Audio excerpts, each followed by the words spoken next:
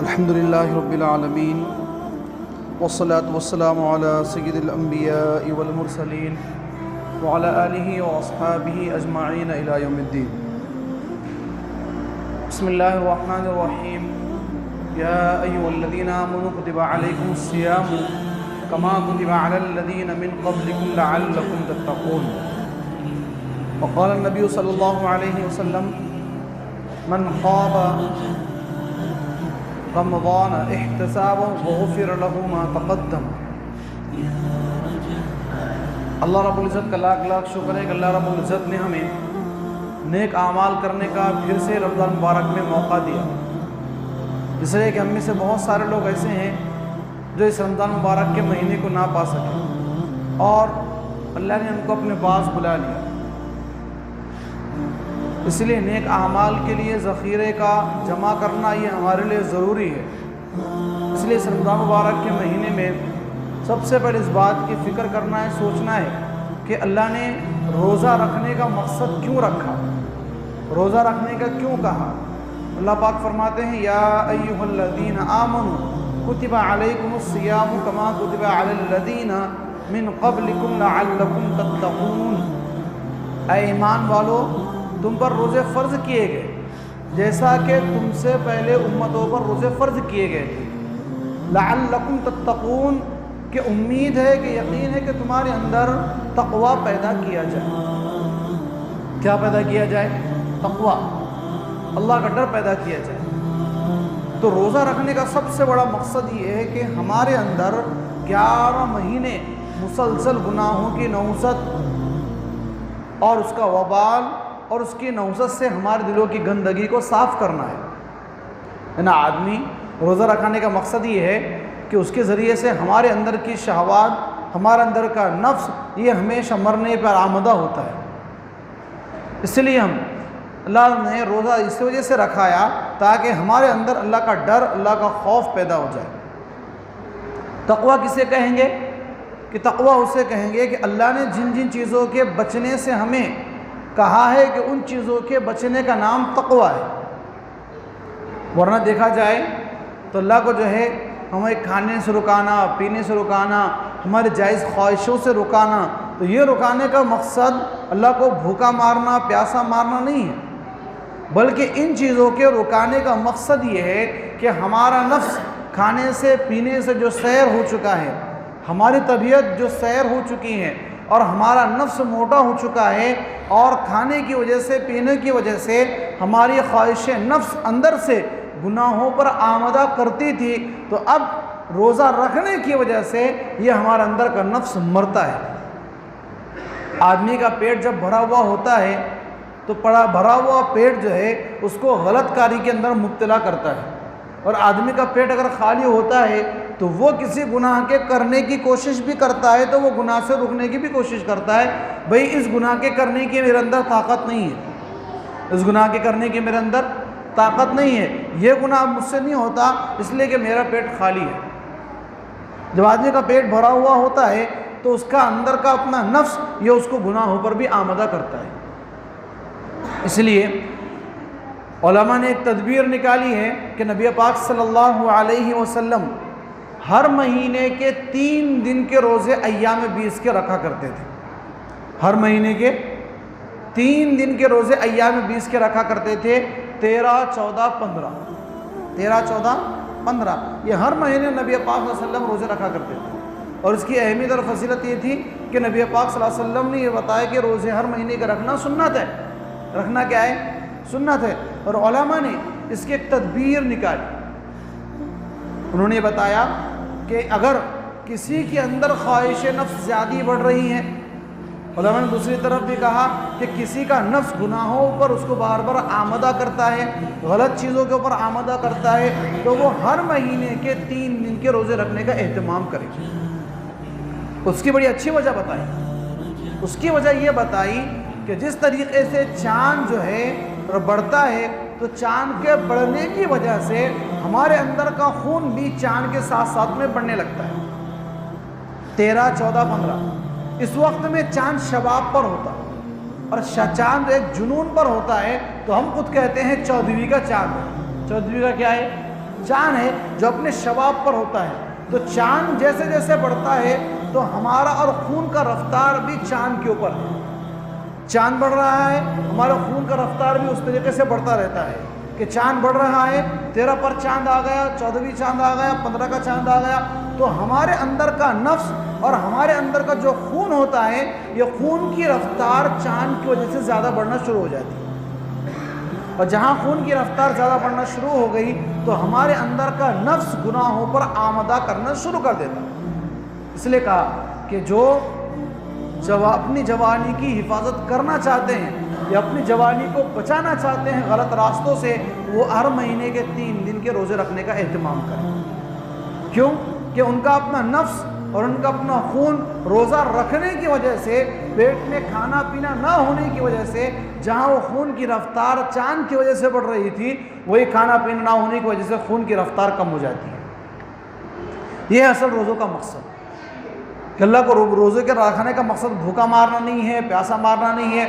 مقصد یہ ہے کہ بندہ میری اطاعت پر کتنا اترتا ہے، بندہ میری بات کو کتنا تسلیم کرتا ہے، بندہ میری بات کو کتنا مانتا ہے۔ اس لیے اللہ پاک رمضان مبارک کے آنے سے پہلے جنت کو جو ہے آراستہ کر دیتے ہیں، جنت کو سجاتے ہیں اور جنت کو خوشبوؤں کی دھونی دے دیتے ہیں کہ اب رمضان مبارک کا مہینہ شروع ہو چکا ہے اور اس رمضان کے مہینے کے اندر میرے بندوں کو میں جہنم سے آزاد کرا کر جنت میں ڈالتا ہوں۔ اور کل میدان محشر کے اندر ایسا معاملہ ہوگا کہ اللہ پاک نے جنت کے اندر ایک ریان نام کا دروازہ بنایا ہے جس سے صرف روزہ دار ہی داخل ہوں گے۔ جس سے کون داخل ہوں گے؟ صرف روزہ دار ہی اللہ پاک ان کو داخل کریں گے، اس کے علاوہ اللہ پاک اس میں سے کسی کو داخل نہیں کریں گے۔ اس لیے ہم روزوں کی اہمیت کو، روزوں کی فضیلت کو سمجھے کہ روزے اللہ پاک نے ہمارے لیے اس لیے رکھا ہے تاکہ ہمارے اندر اللہ کا ڈر، اللہ کا تقوی پیدا ہو جائے، کوئی اور مقصد اللہ پاک کا نہیں ہے۔ رمضان مبارک کے مہینے کے 3 اہم کام: سب سے پہلا روزے کا اہتمام کرنا، نمبر 2 تراویح کا اہتمام کرنا، اور نمبر 3 قرآن پاک کی تلاوت کرنا، اور نمبر 4 اپنے آپ کو گناہوں سے بچانا۔ 4 کام۔ مفتی عارف صاحب آئے تھے، انہوں نے اسی بات پر بات کی کہ رمضان کے مہینے میں اپنے آپ کو 4 چیزوں کو لازم بناؤ کہ نمبر 1 روزوں کا اہتمام تو فرض ہے، کرنا ہے، نمبر 2 قیام اللیل تراویح کو تو پڑھنا ہے، اور نمبر 3 پر کہا کہ قرآن کی تلاوت کا اہتمام بھی کرنا ہے، اس لیے کہ رمضان کے مہینے میں اللہ پاک نے قرآن کریم کو اتارا، اور کہا کہ چوتھے اپنے آپ کو گناہوں سے بچانے کی سب سے بڑی کوشش کرنا ہے۔ اب سوال پیدا ہوتا ہے کہ ہم ہمیشہ سن رہے ہیں کہ رمضان کے مہینے میں تو شیطان قید ہو رہے ہیں، رمضان کے مہینے میں شیطان قید ہو رہے ہیں اور ان کو جو ہے زنجیروں سے جکڑ کر 7 زمین کے نیچے، 7 سمندر کے نیچے ان کو پھینک دیا جاتا ہے۔ تو اب جب شیطانوں کو بند کر دیا گیا، شیطانوں کو قید کر دیا گیا، تو اس کے باوجود بھی دیکھا جا رہا ہے کہ شراب پینے والا شراب پی رہا ہے، جھوٹ بولنے والا جھوٹ بول رہا ہے، گناہ کرنے والا گناہ کر رہا ہے۔ تو اب سوال پیدا ہوا کہ جو شیطان ہمیں گناہوں پر آمادہ کرتا تھا، گناہ ہم سے کرواتا تھا، آج تو وہ شیطان بند ہو گیا، پھر بھی دیکھا گیا کہ گناہ ہمارے معاشرے کے اندر کم نہیں ہوگا۔ سوال دماغ میں آئے کہ نہیں آئے؟ ایک طرف شیطان تو کیا ہو گیا؟ بند ہو گیا، 7 اس کو آسمان اس کے سمندر کے نیچے زنجیروں سے جکڑ کر پھینک دیا گیا، اس کے باوجود بھی ہم دیکھ رہے ہیں کہ جو پینے والا ہے وہ شراب پی رہا ہے، جو پتے کھیلنے والا وہ بھی پتے کھیل رہا ہے، اپنے آپ کو بچانے کی کوشش نہیں کرتا۔ شیطان بند ہو گیا، قید ہو گیا، اس کے بعد بھی گناہ ہو رہے ہیں۔ تو اس کی سب سے بڑی وجہ یہ ہے کہ شیطان تو بند ہو گیا، اس کو اللہ پاک نے بند کر دیا کہ رمضان مبارک کا مہینہ آ رہا ہے تاکہ تو اپنے بندوں کو، میرے بندوں کو بھٹکا نہ سکے، گناہوں کے اعتبار سے نہ بھٹکا سکے، ان کو جو ہے روزہ رکھنے کے اوپر نہ بھٹکا سکے۔ کہ اللہ پاک نے چاہا کہ جو شیطان بھٹکانے والا ہے اسی کو سب سے پہلے اللہ پاک نے قید کر دیا تاکہ میرے بندے صحیح طریقے سے عبادت کر سکے۔ مگر جو گناہ ہم سے ہو رہے ہیں تو وہ گناہ اب شیطان نہیں کروا رہا ہے، بلکہ وہ گناہ ہمارے اس وجہ سے ہو رہے ہیں، ہم نے 11 مہینے مسلسل گناہ کیے ہیں، تو وہ گناہوں کا اثر ہمیں رمضان مبارک کے مہینے کے اندر بھی گناہ کروا رہا ہے۔ ہمیں گناہ کون کروا رہا ہے؟ 11 مہینے جو ہم نے مسلسل گناہ کیے ہیں، جھوٹ بولے ہیں یا نماز چھوڑا ہے، اللہ کے حکم کی پاسداری نہیں کی، اللہ کے حکم کو زندگی میں نہیں لایا، تو 11 مہینوں کا اثر ہمارے زندگی میں رمضان مبارک کے مہینے کے اندر بھی باقی ہے۔ شیطان نے اپنا کام کر کے 11 مہینے چلا گیا، شیطان نے اپنا اثر چھوڑا۔ شیطان نے کیا کرا؟ اپنا اثر چھوڑا۔ تو وہ اثر جو ہے رمضان مبارک کے مہینے میں گناہوں کا ہمیں نظر آتا ہے۔ جس طریقے سے ہم دیکھتے ہیں کہ بیمار اگر آدمی ہے، بخار اگر آ گیا تو بخار اچھا ہونے کے بعد بھی 8 دن تک جو ہے اس بخار کی کمزوری ہمیں محسوس ہوتی ہے۔ کوئی بھی چیز ہو، کوئی بھی آدمی بیماری لگ جائے تو وہ بیماری ختم ہونے کے بعد اس کا اثر ہماری زندگی میں اور بدن میں کیوں رہتا ہے کہ اس نے ابھی کہا یہ بیماری تھی، یہ بیماری کا اثر کچھ نہ کچھ ابھی باقی ہے۔ تو ایسے ہی رمضان مبارک کے مہینے کے اندر بھی گناہ جو نظر آتے ہیں، تو یہ 11 مہینے گناہوں کی نحوست کا اثر ہے جو رمضان مبارک کے مہینے میں بھی آ رہے ہیں۔ اس لیے نبی پاک صلی اللہ علیہ وسلم کا معمول مبارک تھا کہ آپ رمضان مبارک کے آنے سے پہلے رمضان کی تیاری کیا کرتے تھے۔ آپ شعبان کے پورے مہینے کا روزہ رکھا کرتے تھے، اس لیے کہ رمضان مبارک کا مہینہ میرے سامنے آ رہا ہے۔ اس لیے ہم سب بھی اس بات کی کوشش کریں، ارادے کریں، عزائم کریں۔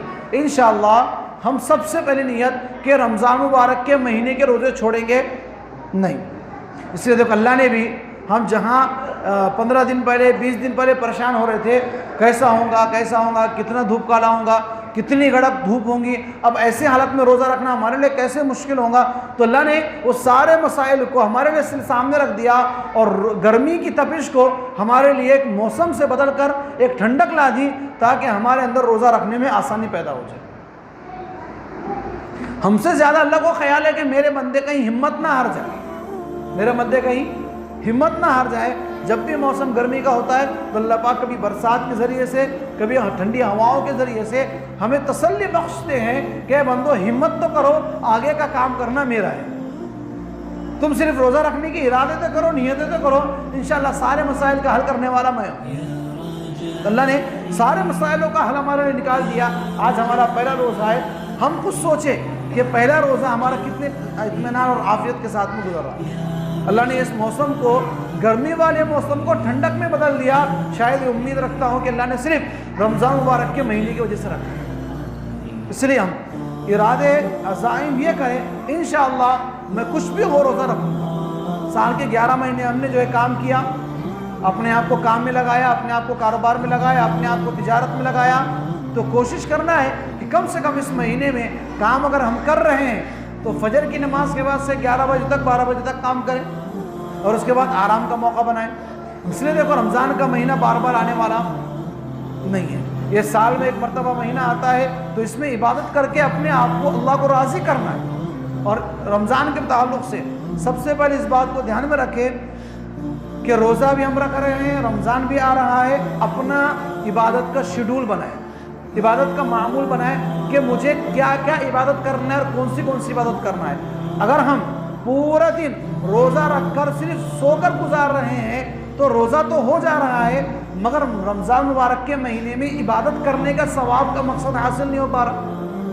ہم رات بھر 4 بجے تک جاگ رہے ہیں، 3 بجے تک جاگ رہے ہیں، پھر اس کے بعد سحری کر کے ہم 2 بجے 3 بجے بھی اٹھ رہے ہیں، اور اس کے بعد بھی اور بس اسٹینڈ پر بیٹھ گئے، دیر بیٹھ گئے، پھر عصر کے بعد افطاری کا نظم ہو گیا، تو پتہ چلا کہ دن بھر کہاں گئے تھے، کہیں نہیں، کچھ نہیں، کہاں گئے، کچھ بھی نہیں، ہمارے ہاتھ میں ایک چیز بھی ہاتھ میں آئی نہیں۔ کیوں کہ پورا وقت جو ہے اپنے آپ کو سونے میں گزارا یا ٹائم پاس میں گزارا۔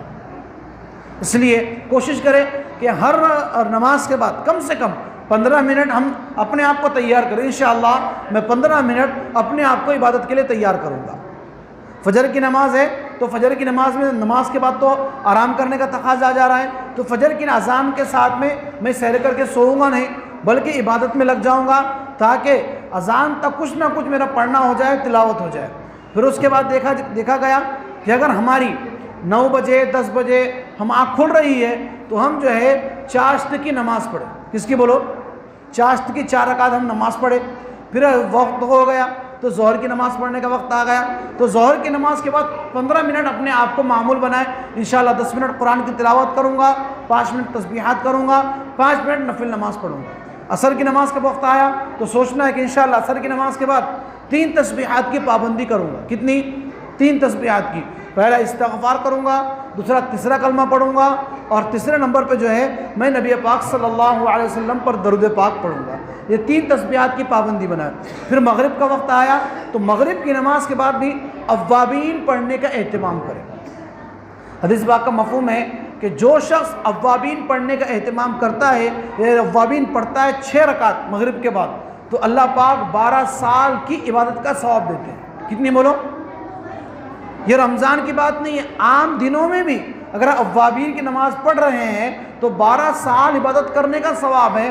اب اندازہ لگاؤ کہ رمضان کے مہینے میں ایک کا بدلہ 70 کے برابر ہے، اور ایک نفل کا ثواب جو ہے ایک فرض کے برابر ہے، تو ہم اگر مغرب کے بعد اوابین پڑھنے کا اہتمام کریں گے تو دیکھا جائے تو اللہ پاک کتنا ہم کو ثواب دے رہے ہیں۔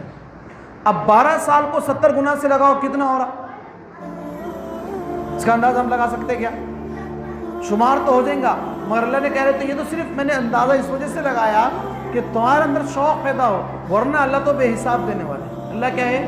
بے حساب دینے والے ہیں۔ تو انشاءاللہ اپنے آپ کو عبادت کا معمول بنائیں۔ ہاں، جو لوگ اپنی دکانوں پر ہیں، کھیتوں پر ہیں، یا مصروفیات میں لگے ہوئے، کوشش کریں اپنے دکان میں قرآن کریم رکھیں۔ ہوٹلوں میں ہیں، کوشش کریں اپنے ہوٹل میں قرآن کریم رکھیں۔